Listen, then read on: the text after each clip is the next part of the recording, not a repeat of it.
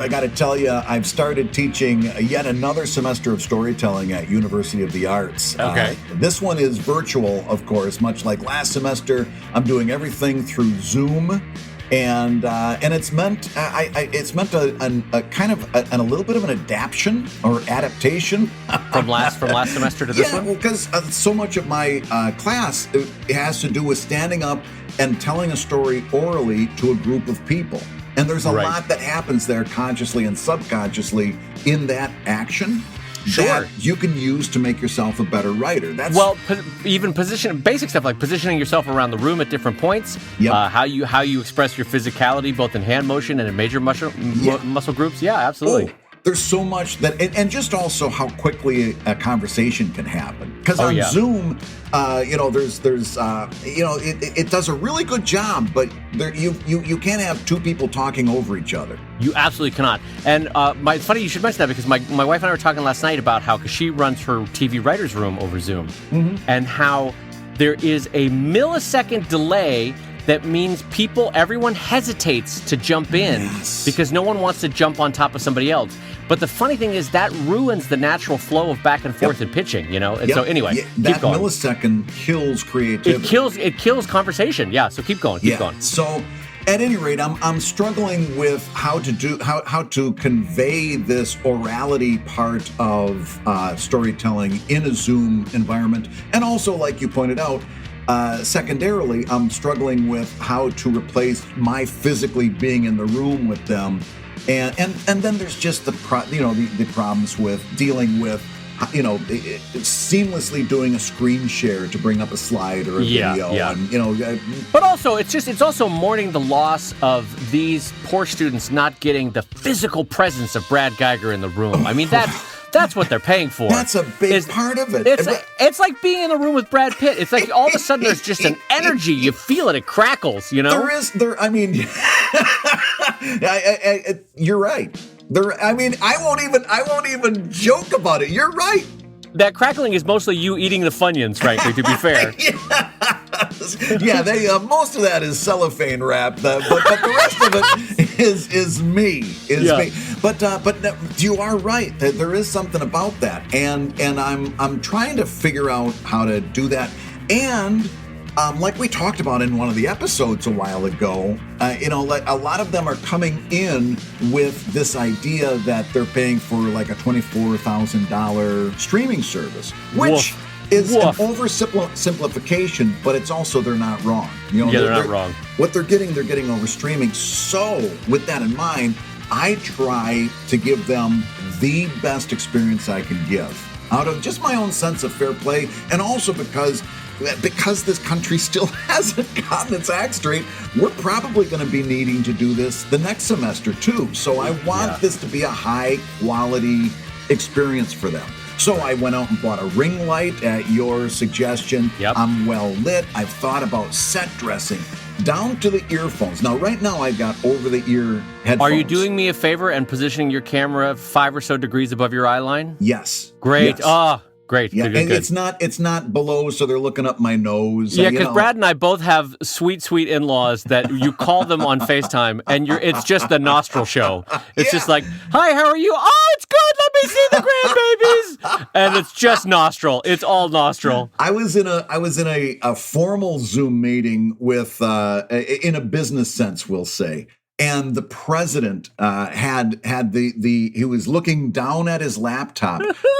It was his nose up at the bottom 1/4 of the screen. And as I explained later to a colleague, a view of his ceiling that I would have hoped was reserved for a precious few members of his intimate circle. It was just nothing but nostril and ceiling. And it's like, I never wanted this view. Can I interrupt your story for 1 second? Because Glow and I, she being a television producer as well as a writer, we marvel at the fact that we are now, how many months? 6 months, 7 months into this pandemic? No matter what news program you turn on, right? Anytime they bring a guest on, Brad, where are the talent production line coordinators, like getting on the line with them 5 seconds before they go on CNN or MSNBC or Fox or whatever and saying, get a better light source, slightly better camera angle, stop holding your camera with your hand, you don't realize that you're shaking. Like what? Some of these people... Like, how are we 7 months into a pandemic and no one's figured out their camera angles yet? Like, you're going to be on CNN. Get a better light source. David, how are we 7 months into a pandemic and nobody's figured out masks yet? Forget about the fucking lighting. How come we haven't figured masks out? So Brad, anyway, I laugh because we're all going to die. yes. So I'm all of this to say, instead of the over-the-ear headphones like I've got right now, which I like over-the-ear, they're comfortable, blah, blah, blah. Because I want them to have the best, and I'm serious, I've thought this all the way through. I want them to have the best experience. Sure. I even went out, down to this, I got the wireless ear pod things, not the Apple ones. They're an off-brand, but they're wireless earbuds that you put inside your ear. Okay, so I've thought about all of this, and I am very proudly now going through, I think, my third lecture of the semester. I'm well into Hero's Journey. I'm flipping back and forth screen share, showing clips from Star Wars to exemplify Hero's Journey, yada, yada, yada. And as I'm giving my lecture, I hear over the Zoom, battery is low. And I paused, and I said, okay, now remember, folks, we do need to keep our mute on as I'm talking, as I'm lecturing, and somebody's phone or something needs to be plugged in. I don't want to lose you, so take a moment, whomever's battery out there is getting low, and just plug that in, okay, so we can go. And I go back onto a gallop. I'm feeling the comeuppance coming. Here we go. All right. Back up to a gallop, and I'm going back about the hero's journey, meeting with the mentor, tests, allies, and enemies, ordeal, and battery is low. Okay, folks, listen, honestly. Okay, I need you to work with me here. Somebody's phone, you got to be on mute. And I don't have time. There's 20, 30 of them in there. I don't have time to figure out which one of you needs to be on mute. You need to be on mute. And for the love of Christ, put your phone in a cord, but so with your battery. Oh, God. And I go on with the so finally I get to one point, and I've been just unilaterally lecturing all this time. Finally I get to one point, and I figured I'll throw a question out there, and I ask my question, and I call on a student. The student unmutes his microphone, I can see, and he says this. Did you hear that? Neither did I, because my earphones, the batteries were dead. Oh my God! Oh, Grandpa! Oh! So yeah, So this is what you get for buying off-brand Schmapple headphones. Oh my God! They don't even make it 3 hours. I got 6 hours of class time. They don't even make. I had it plugged in. But yeah, the whole time I was hearing battery is low, it was my own earbuds. And by the time I tried to hear somebody, now I had to call a break and move things around and. Oh, maybe I shouldn't be teaching. Maybe I should be learning. Oh, Brad!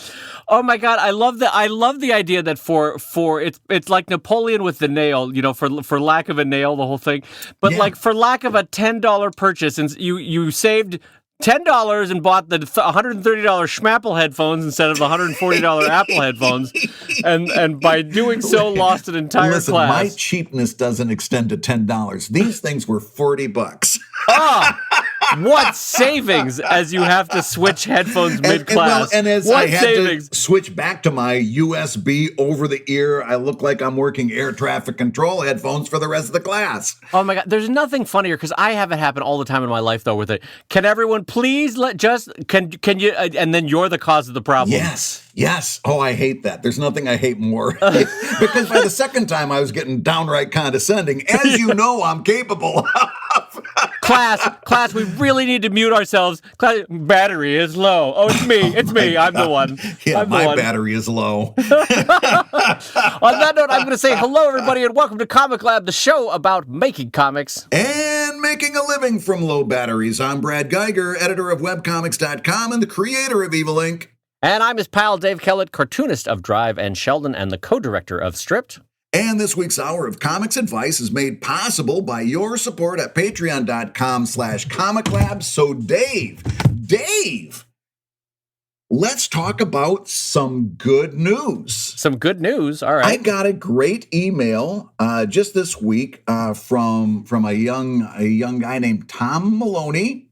Okay. And he says, by the way, fun fact, this was in a longer email. But we're going to skip down to the by the way. By the way, says Tom, fun fact you and Dave might get a kick out of. In episode 39 of Comic Lab, I think we're up to 142 or so. This was a while back. Okay. Episode 39, first year of Comic Lab, my then girlfriend, another Patreon backer, sent an email in, which you guys read. The question was something along the lines of, and tell me if you remember this, quote, I don't draw comics, but my partner does. How do I support them in this situation? Unquote. Oh, I remember this email because we were touched about how sweet it was. It was like, how do I best support my artist compatriot or whatever it was? That's how you remember it. Us being touched. The way he remembers it is you and Dave spent a huge chunk of the podcast calling me a dummy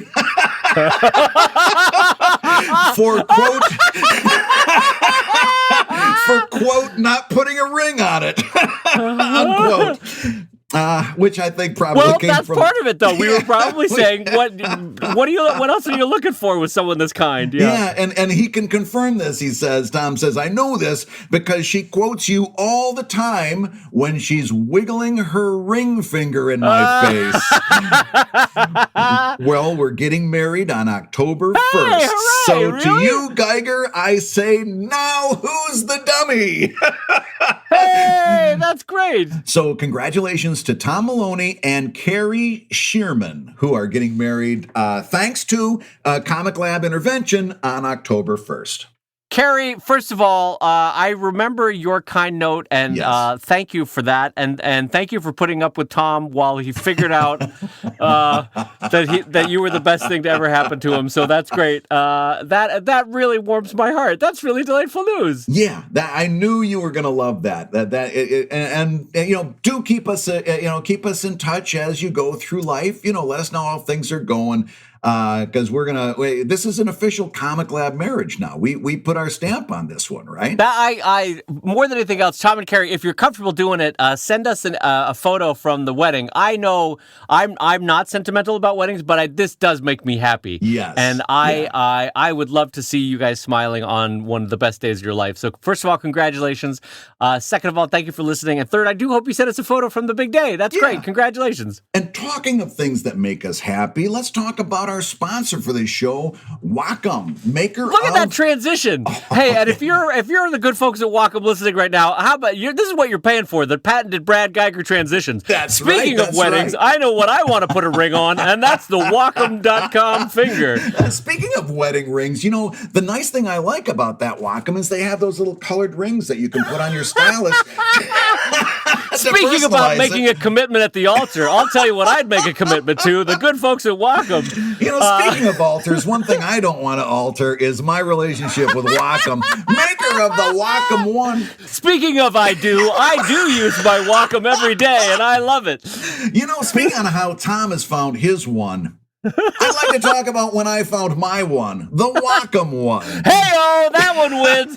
So a big shout out and a thank you to the Wacom sponsorship over at WACOM.com. And Bradley J. Geiger, let's jump into the week. Well, listen, here's something I want to talk about right off the bat, and I'm seeing it more and more, and we've noted we're 7 months. What do you say? What was the official start of the pandemic? Was it March when we started getting serious about this? In LA, I know it was earlier in Washington, upstate Washington, but in LA, it was like mid-March. March, April, May, June, July, August, September. So let's say we're 7 months into this pandemic. And so this is something that I've always been against, that now, and I brought it up earlier on one of the shows. I want to bring it up again because not only am I against it in general, I'm super against it now. And that is, we need to talk about this. Nobody wants to support you on Patreon. All right. If your outreach right now is support me on Patreon, I think you're making a big mistake. I think you have to remember or put yourself in the shoes of who's receiving your message. Okay. More and more people are trying to figure out how they're going to support themselves. They don't want a message saying that I want you to support me. They don't want that message. They're handling supporting themselves. Here's what they're looking for, however. They're looking for entertainment, and they are willing to pay for entertainment. There's no shortage of streaming services going out of business right now because people are not willing to pay for entertainment. They're willing to pay for entertainment, and they're looking for a community. They're looking for someplace they can be a part of. And I'm telling you why this is extra important right now. We're coming into a point right now, and perhaps in the United States, the presidential election is even bringing this into harsh relief. But people are really starting to get underwhelmed, disappointed, frustrated with social media. It isn't the social aspect that they were hoping it was going to be. Right. In fact, it's brought out for a lot of people all the negative parts of social interaction and not enough of the positive. People are frustrated with not finding their community on social media. They're not finding a group that they can be part of in social media. Those are the two things people are looking for right now. So here's what's going on. They don't want to support you. They don't know how they're going to support themselves. And what they're looking for is entertainment, and they're looking for a community. That's why you should take support me on Patreon off of all of your outgoing messaging and replace it with a very simple replacement that's 10 times more powerful. Join us on Patreon. Join us. We're a community. Like we talked about on the show a while ago, I'm having a party in this Patreon. You can be part of it, and it's very easy to get into it.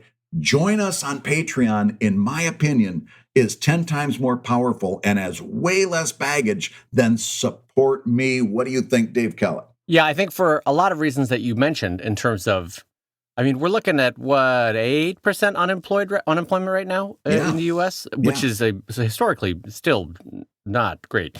And I think that roughly translates to 13 or 14 million people unemployed at the moment.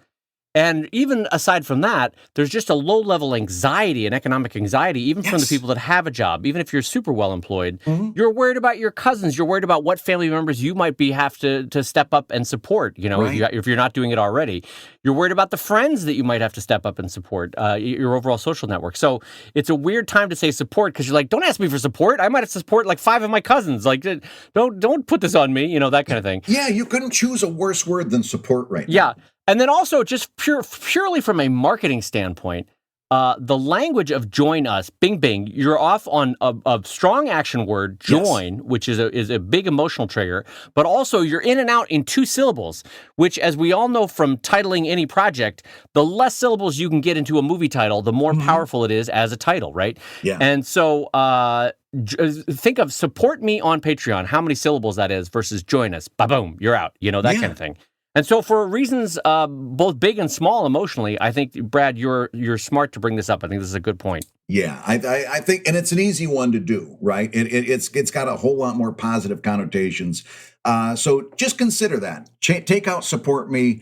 Try taking it. And what'll happen when you change to join us, you're going to change how you talk about your Patreon as well. You're going to stop talking about it quite so much as what's in it for me. You're going to start talking about it as in terms of what's in it for you, the potential backer. And that's also a much more positive and more compelling statement. So many people talk about Patreon. They start telling you what's in it for me, the artist. Here's what'll happen when you support me. I'll get this, I'll get this, I'll get that. Again, talk about a counterintuitive, non-compelling marketing. What this person who's given up the dollars wants to hear is, what do I get for my dollars? Right. And when you change to join us, you're going to start changing how you talk about it. And I will say that even if you are, even if a percentage of your backers are the kind of people that don't really want any of the stuff, they do just want to support you. Yeah. And I know those exist because sometimes that person person is me. Sometimes I will support a Kickstarter or a Patreon just because I honestly want to support them. I don't really want the thing. I just want to help them make it, that kind of thing. Same. So I know that person exists emotionally, but a lot of the marketing that got me to that point where I was about to click support this Kickstarter was a join us kind of an appeal. Do you know what I mean, Brad? Yeah. Like, even though I ended up not wanting the thing physically, I don't want the book, I don't want the DVD, I don't want whatever it is, but the language of join us on Kickstarter got me to say, I actually just want to support them. So even if you use join us as the call to action, it's a much stronger point, even if they end up helping you just to support you. Yes. So, Brad, I want to jump us into the next question, and this comes in from Max over at patreon.com/ComicLab. And Max writes, Hi, Dave and Brad. I'm a storyboard artist who works in TV. By the way, we do have a fair number of storyboard artists, Brad, that listen to the show, which is interesting. I love that. I'm a storyboard artist who works in TV animation and have always loved creating comics. In storyboarding, there's a lot more character posing than you would find in comics. Makes sense? Mm-hmm. And because of this, I sometimes find myself over-posing characters in my comics. For example, too many panels and or poses for a single sentence or two of dialogue. Therefore, I was wondering if you two have any good tips as to how you plan out your character posing in your comics. Thanks so much for your advice and love the podcast. Brad, Max wants to know, and I get this because the day job doing storyboard work obviously calls for a lot of individual posing because storyboarding is like, let's get all these keyframes ready to go kind of a thing, But how does he, and the night job, working comics that he loves, how does Max step away from the overposing of storyboarding into the pick the best moment of comics for that single panel? I have a hard time giving advice on this because I firmly believe, and based on the comics that I see and the stuff I look in on and read throughout a given week, I firmly believe that your garden variety comics artist has exactly the opposite problem. That they don't do enough posing, that they don't break up those word balloons enough. They're trying to get away with as few illustrations as possible and with huge word balloons or multiple word balloons to cram as much in there as you can get. So I actually don't want to discourage Max from this. I want him to do, I want more poses in a comic that I read. Now if you're getting to the point. Something about this makes me laugh. I can't get enough poses. Keep them coming. I just shovel them into my comics. I want all the poses you can give me, Max. Oh boy, this is delicious. Because I really do believe that there. And now, if you're getting to the point where you've got multiple poses per sentence, then that's obviously a problem. And I think that's what Max is leaning towards, is that I feel like he's saying that everything the character is doing has a unique pose. And, we know what that comic is. It's kind of like, what's the comic strip Chickweed Lane? Do you remember that one? I remember Chickweed Lane. Yeah. That was a newspaper comic. And it had a lot of interesting takes on imagery that I don't know that I would have used in a newspaper comic. Chickweed Lane had a lot of unique choices for a comic strip, a newspaper comic strip. But one of the things I remember is that for the Sunday comics, it was a lot of posing for a single sentence. And you're like, what's happening? I'll tell you what was happening. But okay, so for Max, I think the question here is editing, right? Yeah. And Max, you know this as a storyboard artist, is that you have tens of thousands of moments that you could choose for what storyboard frames you're going to isolate out, right? And then for comics, you need to get down from those, thousands in your mind down to hundreds, and then you're going to pick the dozens that are best, and then draw the half dozen that work for whatever that comic is, So it really is a matter of editing where not every single nuance of human emotion has to be expressed. You have to find the key moment, the moment that locks in both the moment of expression for that panel and that transitions you to the next panel. Right. And so that is just an editing choice of like finding the moment that best expresses the point and prepares the reader and the transition to the next panel. Maybe we can kill two birds with one stone here, because when I read comics in general, and I've said this on this show 100 times, what most of us, me included, need to work on much, much more is our writing, especially if you're doing anything with any element of humor, right? The writing should be the focus, should be the main thing. Mm-hmm. And if we've got somebody like this particular person, this Max, who says that I keep doing all these poses, maybe it's telling me that he's putting more emphasis on the art than the writing. And maybe if we also encourage Max to give more thought to the writing itself, like what are the mechanics of this joke? Let's say he's doing something that ends on a punchline. Okay. And we can extrapolate it for other things as well. But let's take this just because my spidey sense says we might be talking about humor here.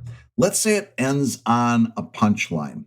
You need to spend a bunch more time than you're probably spending now figuring out what's the best punchline, what's the best way to make that gag work, what's the best way to set up that gag. And if you spend a little bit more time on the writing, that's going to gel not only how does that setup and punchline structure work for the writing, but now that you've spent that extra time on the writing, how is the best way to draw that? And that extra time you spent in crafting the writing is going to be reflected in now you have a better understanding of how that joke works, how that punchline works. And now, since you've done that mental legwork, the illustration is going to fall a little bit more into play. And because you've taken up that extra time writing, any deadline you've set for yourself is going to loom. You're not going to have as much time to screw around. You're going to have to get down to business. The problem is, as you and I both know, nobody draws faster than folks in animation. Yeah. So Max could crank out a 48-page comic at the time it takes you and I to do a panel. Yes. But I mean, that's also part of the problem is for Max, drawing is not the limiter. You know what I mean? And so for him, it's like it's like when you're holding a hammer and every problem looks like a nail. Yep. For Max, when your art skills are so good that you are very quick and proficient at getting a comic out because you're really quick and proficient at getting storyboards out. The problem looks like it could be fixed by just drawing more. I'm just going to keep drawing. Right, that's going to make the comic better. But Brad's right that it really in this question, it is the reverse of what we normally have, which is that you need to work on your writing and editing to make the drawing more self-evident as to which key panels you need to draw. Yeah. You know. Yeah. And so, and like Brad said, it's funny because we come from the other side of the equation more often, which is that for folks who draw slower or for whom art is a little bit trickier, they come from a writing perspective. They'll try to write their way out of it, and then it's one single panel. Oh yeah. With just a sea of text in that panel, and so this is interesting to have the opposite side of it. But which is basically the short version of this is whatever strengths you come to comics with, you'll start to use them more and more as a crutch, and you have to develop systems like Brad was saying, to get off of that crutch. And in Brad's case, I think he has the right idea, which is if you really work on the writing and whittling down the script, that's where you're going to find that the key panels jump out at you.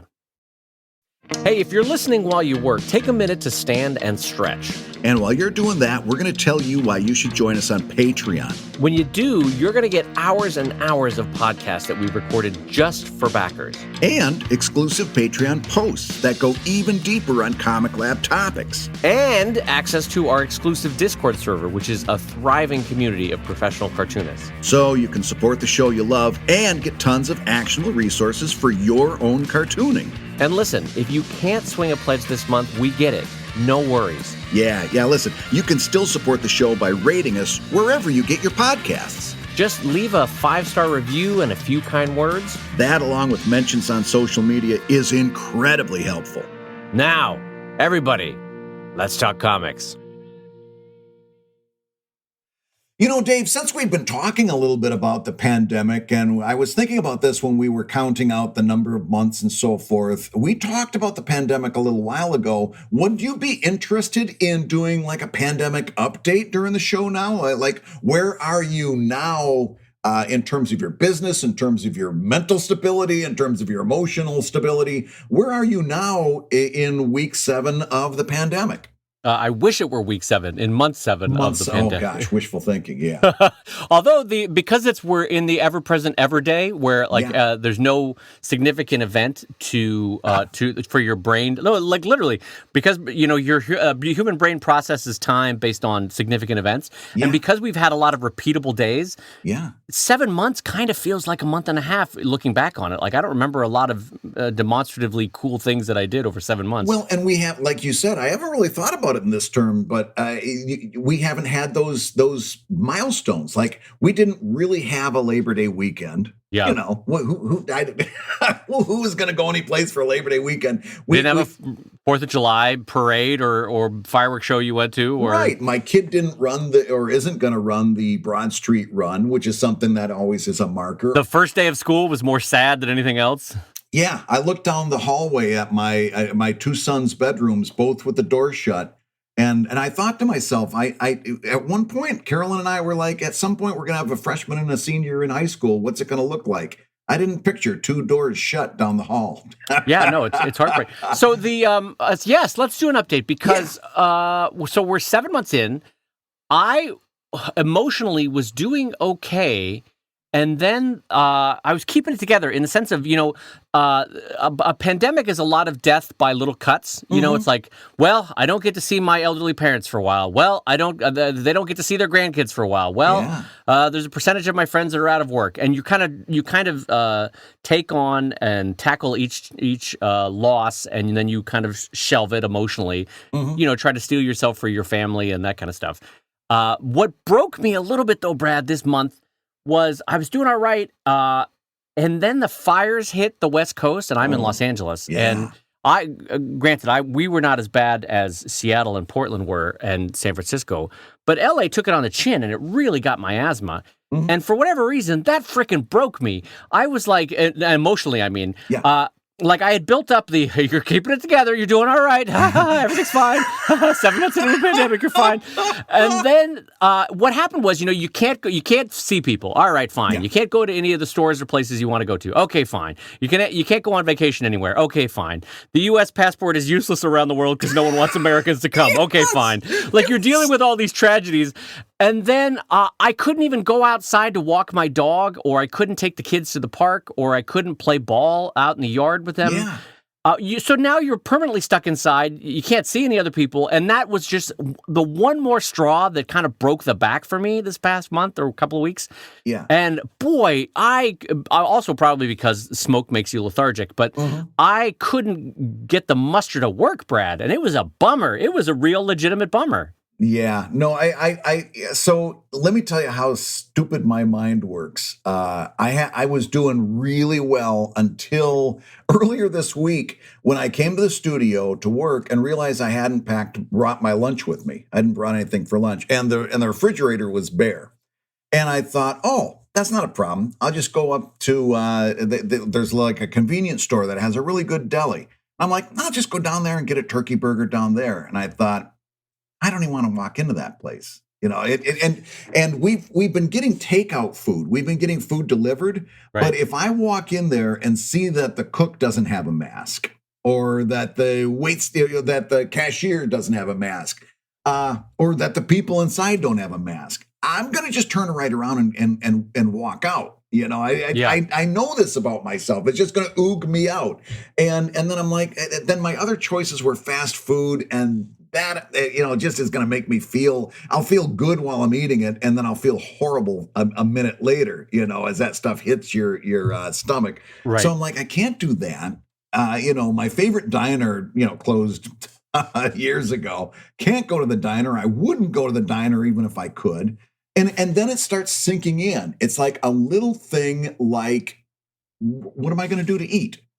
I ended up not eating until I came back. Actually, this was yesterday because I was teaching. So I just didn't eat until it was time. And I was done with my classes and turned around and came back. And it's just, this is one of those really simple things. Like my parents are 80 years old. We go up and visit Michigan every year. Yeah. And it really stunk not being able to go up there, knowing full well that they've been doing a really good job from what they tell me on the phone quarantining, but my extended family, I can tell, are not.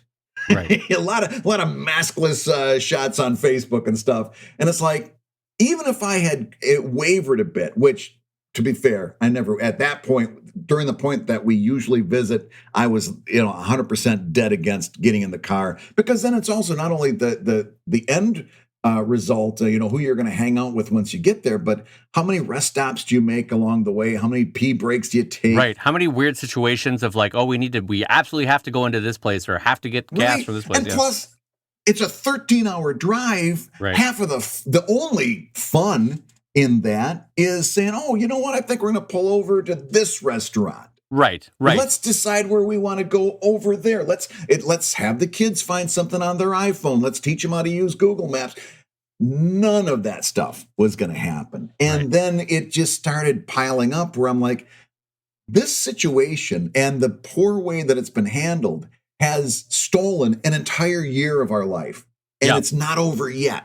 Oh, not by a long shot. And so the feeling that we're all feeling is grief. Yeah. Right? For everything in our life, like even for your parents, God bless them, 80 years old, my parents also in their 80s, they lived and worked hard and raised kids and grandkids, and they deserve to have the last years of their life be with visits with your kids, with my kids, with, and they don't get that. And that's grief. And then we see our kids Zooming into class, and that's weird and socially is unacceptable for teenagers. It's not great for kids that are in primary school and trying to develop, and that's grief. Mm-hmm. And then for ourselves, like I can't walk outside without seeing a blood red sky from smoke, and then I can't talk to any of the people that I do see on the street because they're all, that's grief. And so anyway, last week, the last couple weeks just broke me emotionally because I was like, God damn it. You suddenly realize that you are a lobster in a slowly boiling pot. And, what was acceptable a week or two ago suddenly becomes, gosh damn it, I don't want this anymore. So anyway, go ahead. Were you going to say something? Business-wise, how have you been doing in terms of being a professional cartoonist? How has that been during the pandemic in month 7?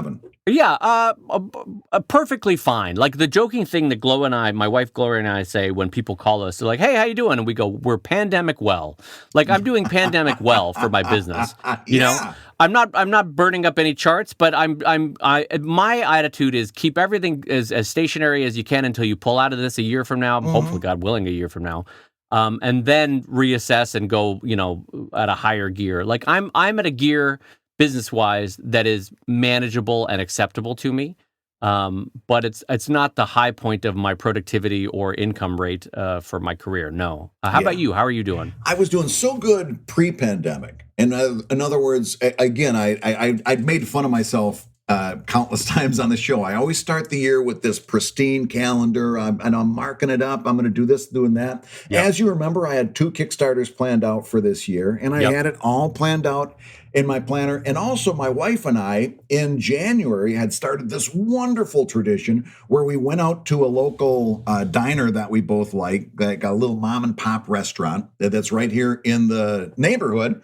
And we would both, on Sunday mornings, we would take our calendars with us and we would go and get breakfast and coffee and then break out the calendars. What do you got going on for this week? What do you got going on for that week? And then even like, I legitimately love this for you. I see this moment, and that sounds lovely and sweet. And also, it's the optimism of the year. As a couple, as parents, as 2 business partners, it's optimism for the year ahead. So yes, keep going. And she was good because, like I'd say, I've got 2 Kickstarters, and I don't know how I'm going to do it. She says, well, let's set a deadline for one of them, and then on key points during that moment, I'll have it marked in my calendar so that I'll take the pressure off of you with any family stuff that comes up when you're at key points during that progress. So she had it in her calendar, I had it in my, and that also forced me to say, if she's going to meet me that far, I gotta deliver. You gotta step up. I can't drag my feet now. I gotta get that Kickstarter out, right? So, Tom and Carrie, just a pro tip for your upcoming wedding. This is how you do it. Listen to Brad. His calendars. I'm telling you. And plus, as we're doing it, we're away, and our kids are old enough; they can be left at home alone now. They prefer it half the time. Yeah. But it was all fine. And so we would sit there, and we had all charted out. I was going to drive Alex Plays Ultimate Frisbee in high school. They always need a driver. Okay, I had X'd out all the Saturdays that I'd need to drive for them. And I had everything marked right up. We had long-term into the year plans, short-term plans, and I had 2 Kickstarters planned. And as we talked about in our plan for the year thing, I was really aiming for that. And by the time, right now, in fact, just this morning, I didn't even know we were going to talk about this. I looked at that calendar. I haven't touched it since March because there's been no reason to touch it since March. Right. What do you put in a calendar? Like you said, it's every day. Tuesday, Monday, every day, Wednesday. So I didn't put anything in it. It's been blank since then. My Kickstarter for the Evil Ink After Dark book went out wonderfully. And that even I launched in April when everybody was like, is anybody can even support a Kickstarter? And I was like, yeah, they're supporting this stuff. Go for it. Prove yourself wrong if you got it. You go out there, and if you're going to fail big. And my fans backed it big time, but the pandemic also meant that a lot of things slowed down. For example, the printer that I work with in New York, they like a paper check, right? So I sent them a paper check about the same week that we replaced our Postmaster General, and his first point of business was to rip out a bunch of sorting machinery. A check that should have gotten there in 3 days took 2 weeks. That all, and of course they couldn't package and pallet my books until they had the money in the bank, not because they don't trust me, although they shouldn't. They've been in business long enough to know you just don't do that till the money's in. So that added on a month to my ship date. I'm still waiting for the books to get into the harbor in New York, which should happen in a couple weeks. But that all backed everything up, which means that now those books are going to come in October. I've got to hurry up, get those suckers out and get the artist editions done, because pretty soon we're going to come to the end of the year, and I don't want to carry over any of that Kickstarter money, anything that I've got earmarked for postage into the new year, because then I'm going to be paying taxes on it. So it's going to now mean that I really, really hurry up and get that stuff done, even if I've got to go dark on the main comic strip for a week or two, because that's got to take precedence. And I'm under that kind of pressure for no other reason than all of this other stuff kind of piled up. And of course, the second Kickstarter we're pushing off until spring of next year. There's just no way. But that kind of stuff, wears you down. We had such a great start. And I've missed so many breakfasts at my favorite breakfast place. By the way, Kevin, if you're listening, it's the place that we went to when you came into Philadelphia. So it's all those little losses, and each one of them is a tiny grief, and that's why I keep coming back to grief as the operative word, because whether you're thinking about, even if it's this generic 13 million fellow Americans that are unemployed right now, like that's a feeling of grief. You're like, oh, all those lives have been disrupted. All those kids that are not going to school in a way that is in any way normal. That's a disruption. That's grief. And so the funny thing is, too, someone had asked us on Patreon the other day, hey, what does this do to your 5-year plans? Remember, because I was the big proponent and pushing us to do a 5-year, a 2-year, a 1-year plan. Yes, you were. And I will tell you that my own advice to myself was like, all right, Dave, well, let's just put all of that on hold. That's now we're in, you change very quickly from, and I don't know what triggers this response, but I think it's the healthy response. You go into more of a take each day as they come kind of a mode than a long-term planning mode. Because frankly, based on just how badly our federal government has mismanaged this pandemic, it is conceivable that we will be well past summer 2021 before a significant percentage of the U.S. population is vaccinated. If a vaccine proves to be working, And if we can get some of these hammerheads to take the vaccine. Yeah, exactly. So, and not a lot of people are talking about it, but kids aren't in the vaccine testing for this current round of either Pfizer or AstraZeneca or any of the bigger Western ones. So kids might not be able to get vaccinated in 2021. And so we might have a whole nother year of Zoom schools. And so anyway, this might be with us for a while because all of that is dependent on this current vaccine working, which we still are in phase 3 and not entirely sure. So anyway, it's all grief is what it is. And it's for whatever reason. And all of which to say, Dave, if you out there listening to this podcast are experiencing the same thing, you're not alone. No, like in the same reason that we talked with Erica Moen not too long ago about the importance of being honest with yourself and honest with others about your mental health and just trying to remove some of the stigma about actually talking about that.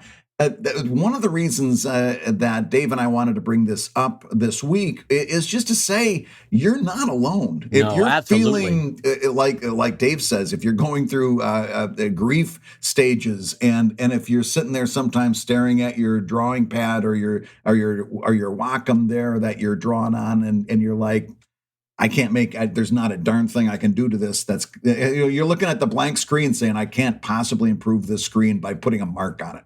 Oh, yeah. You know what I mean? Yeah, it's like, I don't even want to put a stylus to tablet because I'm just going to, any pixel I put down is not going to help that blank screen. It's okay being a blank screen.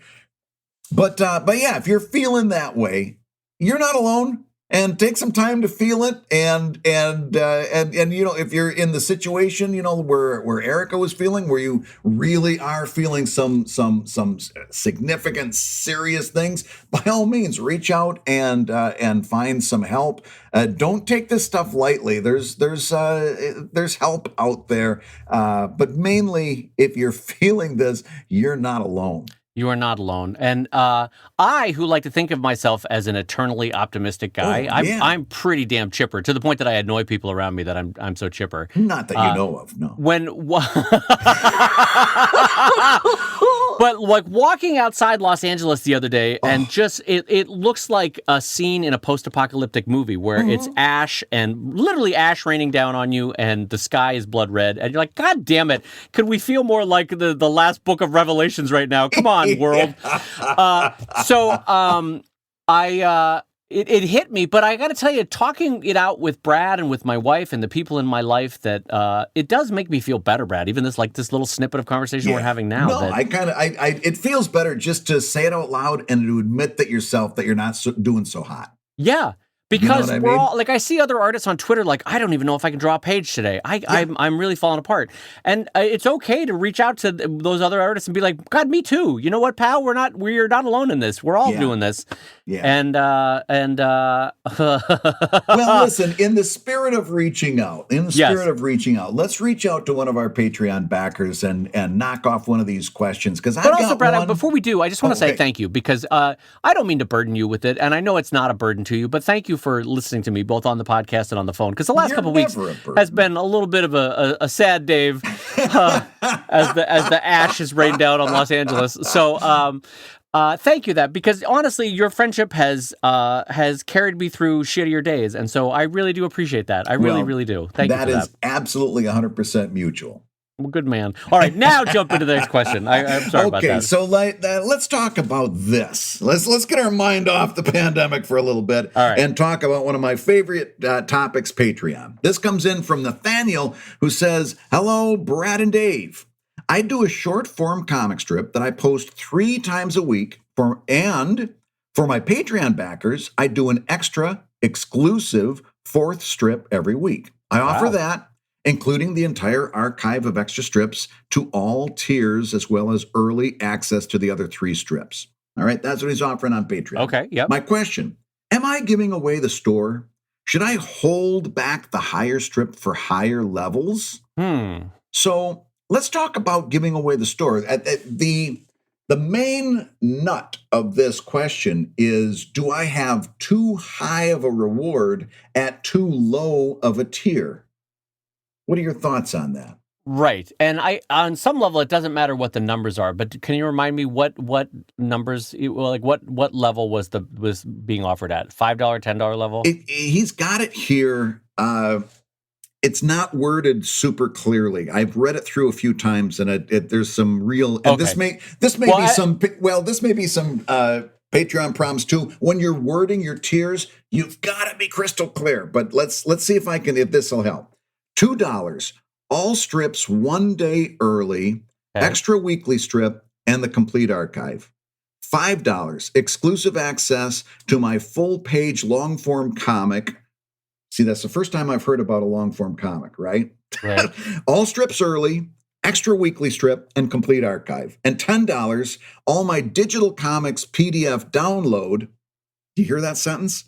Access to my full page long form comic exclusive. All strips are early, extra weekly strip, and complete archive. Okay. So there's, yeah, this is a lot. There's kind of a couple considerations here. One is how much can you comfortably produce that's not ruining your hand, your arm, your schedule, your mental capacity, right? And so it sounds like that's doable. But the second one is this the appearance of these quote unquote extra strips, these bonus strips, their appearance on Patreon, is that the only place they will ever be seen? Will they eventually show up on the public website? Will they eventually be incorporated into a book? Will they eventually be sold on in some way, shape, or form? In it, because we always use that old axiom that Brad and I have been saying for years, which is draw it once and make money from it multiple ways. Yes. And I just want to make sure that this person, in offering these bonus strips, that these bonus strips are being sold, quote unquote, some other way, either in book form, in print form, on the website with advertising, some other way they're making money. And then also, so that's one consideration. The other consideration, Brad, is you can have a tier that's amazing. Like, I will draw something super specific, Brad, but it's only for 10 people. And then you have to ask yourself, like, okay, is making the money with those 10 people, but is that also artistically satisfying if only 1% of your audience is seeing this thing that you're producing? Does that make sense, Brad? You know what I mean? Like, separate from money. Anyway, I've been talking too much. What do you think? Where do you come in on this? Here's what it comes down to. A lot of people are worried, and they use phrases like, am I giving away the store? Right? Right. And they're worried, do I have too high of a reward at too low of a tier? Am I giving away a $10 reward in my $2 tier? Which would be a problem, right? Right. Here's how you can tell. Here's how you can tell if you're giving away the store. If you've got 100 people at this tier that is at a lower level, you know that you could probably bump it up to a higher level. If you've got 100 people at your $2 tier and they're getting an exclusive, you know that at some point you're going to have to bump that up to $5. Right? If it's an overwhelming amount of people getting a reward that is an exclusive, if you've got a whole bunch of people there, then maybe you've got to think about at some point organizing that so that you're getting paid appropriately for that extra work. Now, conversely, if you've only got 3 or 4 Patreon backers total, you're not giving away the store. The problem isn't that you're giving away the store. The problem is what you're selling, they ain't buying. Right. At any price. You've got a bigger problem there. You've got a problem of the exclusive that you're offering, they don't want or they're not interested in for whatever reason. Right. That means you've got to reorganize things in a completely different way. So there's 2 things you got to look at in terms of this whole giving away the store idea. Do I have a whole lot of backers at this low level tier? Now you might be giving away the store. Or do I have next to no backers or a very small number of backers? That isn't giving away the store. That's selling something nobody wants. Right.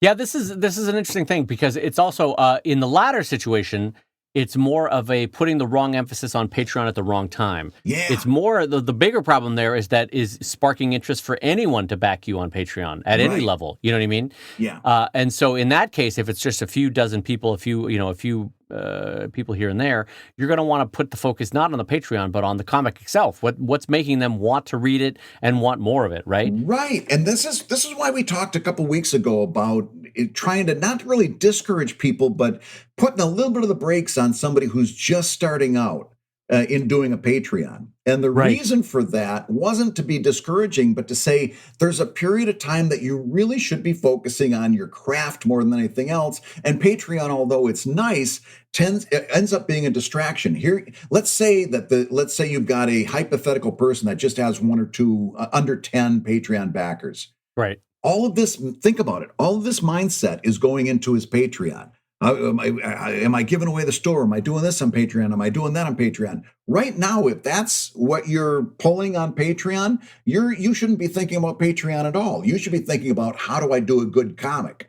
Then the Patreon will come. And that's why we discourage people who are just starting out from doing a Patreon, because it pulls their attention away from what they really ought to be doing. Yes. No, I think that's true. So much of this can come back to, if the comic is good, boy, you can't get people away from your Patreon. Right. And then, the flip side is also true, that if the comic is weak, no matter what you're giving away, if you're giving away the farm in the what level, what tier, it doesn't matter, because the comic itself is not enough to drive them there. So yeah, that's a great point, Brad. And don't forget, when we say strong and weak and all of those things, that might make you feel, oh geez, maybe I'm not doing a good job. Perish the thought. Everybody does a weak comic when they first start out. Dave did, Scott Kurtz did, Erica maybe did. I don't know. Even me.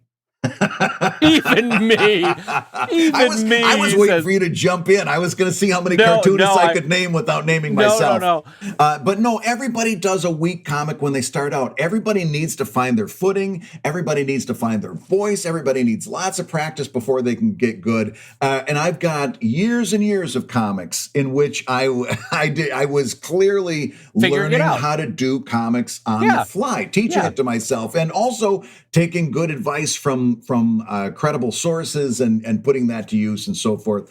Everybody starts out doing work that is not so great. So when we say stuff like, well, if you're only getting this, and you're not to make you feel bad, not to make you feel smaller, but everybody starts there. What we want is for you to get better as quickly as possible. That's why we tell you, maybe Patreon isn't for you just yet, because it's distracting you from what you need to do. And the more mental energy you give the Patreon, the less energy you're giving to becoming a better comics artist. I feel the same way about social media. I think a beginning cartoonist should have a heartbeat on social media, but you see so many times, people who they post hundreds of times a week. And then one of those posts, number 101, is why I wonder why nobody's reading my comic.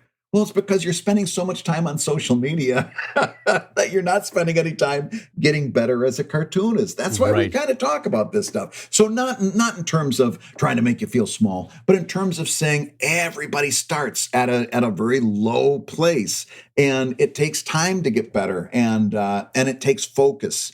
And these things that take your focus away maybe aren't so good of an idea. Yeah, and in general, though, I want a big picture idea is that with Patreon, all these exclusives, if they don't continue to make you money down the line, either in book form or something else, really take a second look at them. Because if they're not bringing you income at the point that they are created for Patreon, like for example, if there's only one person at that tier and you're creating a whole cloth comic for that one person, really take a look at why you're doing that. If it's not to make it for a book down the line, if it's not to eventually roll it into the website. I get very concerned about cartoonists being like, I will create an entire Russian ballet performance for you, the two people at my $40 tier level. Hold off on promising the moon if it's only for one or two people. If it doesn't work, you can fold that tier and say, hey, everybody, let's bump you down to a different level. That didn't work out. Whatever path you need to take. But I just want you to be wary about over-creating for a very small number of people at a small tier that doesn't bring in enough money for Patreon. Just something to think about. Absolutely. And speaking of things that we're telling people, Dave, I Yep. need to tell you this. You've been listening to ComicLab, the show about making comics and making a living from comics. Your hosts have been my friend, the eternally optimistic Brad Geiger, the editor of webcomics.com and the cartoonist and creator of Evil Inc. at evil-comic.com. And the avuncular and delightful friend, Dave Kellett, co-director of Stripped and cartoonist of Sheldon at sheldoncomics.com and Drive at drivecomic.com. And the Comic Lab theme song is used with permission from Andy Creighton at theworldrecord.net. And this episode and all episodes was edited by the ever-delightful Matt Woodard of Woodsong Productions over at www.woodsong.media. If you love Comic Lab, you can rate and review the show on Apple Podcasts, and you may hear your review featured on a future episode like this one. This one came into us, I think this might have come into you through Bonjoro, Dave. It says, "Hey, Dave, you and Brad have an amazing podcast. I'm a graphic designer, moonlighting as a saddle maker, relaxing as a comic artist." which is a great little chain there, right? Yeah, as a series of tasks. That's awesome. I don't think we've ever had that before. We have to maker. talk Wow. about saddle making. That's got to be an interesting avocation, right? Yeah, working with leather in general. Boy, talk about an entirely different skill set than anything I have. Wow. Yeah, Keep it's going. fascinating. Plus that smell is great, right? Nobody doesn't like that smell. So Comic Lab, this person says, Comic Lab has so much actual down-to-earth advice on running a small creative business, not to mention the hilarity and joy of a perfect bromance. Do we have a bromance? I guess we have a bromance. That I feel more informed and confident in my fledgling solo endeavors. However, the jury's still out whether my daily vocabulary is helped or hindered by the additions of, quote, I say this in friendship, which is a Dave Collett exclusive right there. I say this in French. Do I say that a lot? Oh, yeah. Oh, you. I think you invented that term. I say this in friendship. The first time I ever heard it was you. Wait, do I say it to you or do I say it to listeners? Whoever's slowing down long enough to get those sound waves, you're saying it to. It's a very wonderful way to set up something that they might not be willing to hear, right? I'm saying this in friendship means that you're going to hear something you're not going to be crazy about, but we're still going to be friends afterward. Huh. It's a really nice I phrase. I honestly don't remember saying that, but that's interesting that I say it a lot. Oh, That's yeah. funny that I'm not aware of it. So helped or hindered by the additions of, quote, I say this in friendship, and, quote, moi, chef's kiss. I couldn't even do that right. Moi. So she says, thanks, y'all. That came from Brittany. Brittany the Saddle Maker sent Brittany, that in. you are awesome. That is fantastic. I'm so excited that you have all three tiers of creativity that are benefiting from the show. That's amazing. Yeah, Between that's and the saddle making is most exciting. Brittany, also, much like Tom and Carrie, I want to see photos of the saddles you make. That's You've right. got to email Brad and I want to see those saddles. That's awesome. That's right. And listen, Brittany, I say this in friendship. Don't God bless America. Don't forget who uses a phrase that you also should like, and that is champing at the bit, which is a horse phrase that gets misused all the time, that this guy right here is doing a one-man crusade on getting it right. I like that the one guy in the English language that doesn't say chomping at the bit says champing at the bit. But he's so proud of that fact. Yeah. And so proud of the fact that you ruin everyone's lives when you tell them that it's not chomping at the bit. Because now for the rest of my adult life, I will hear chomping at the bit on TV and I'll be like, wait, no, it's not chomping at the bit. It's champing. Brad, you've ruined my life. You have ruined it. Just tell us how Comic Lab is made So on that possible note, and get done with I'm going to this. say Comic Lab is made possible by your support at patreon.com/comiclab. So we'll go ahead and say that twice exclusively for Brittany, patreon.com/comiclab.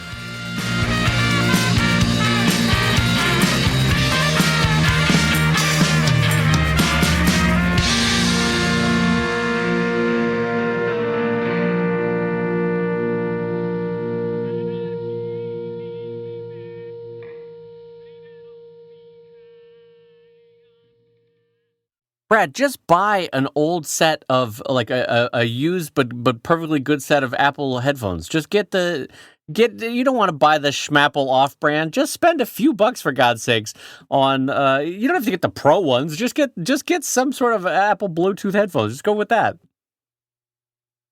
I'm sorry, what? Oh, forget it! Good God! That's the best possible way to answer that. Dave, I saw your lips moving. So sorry, I missed that entire thing.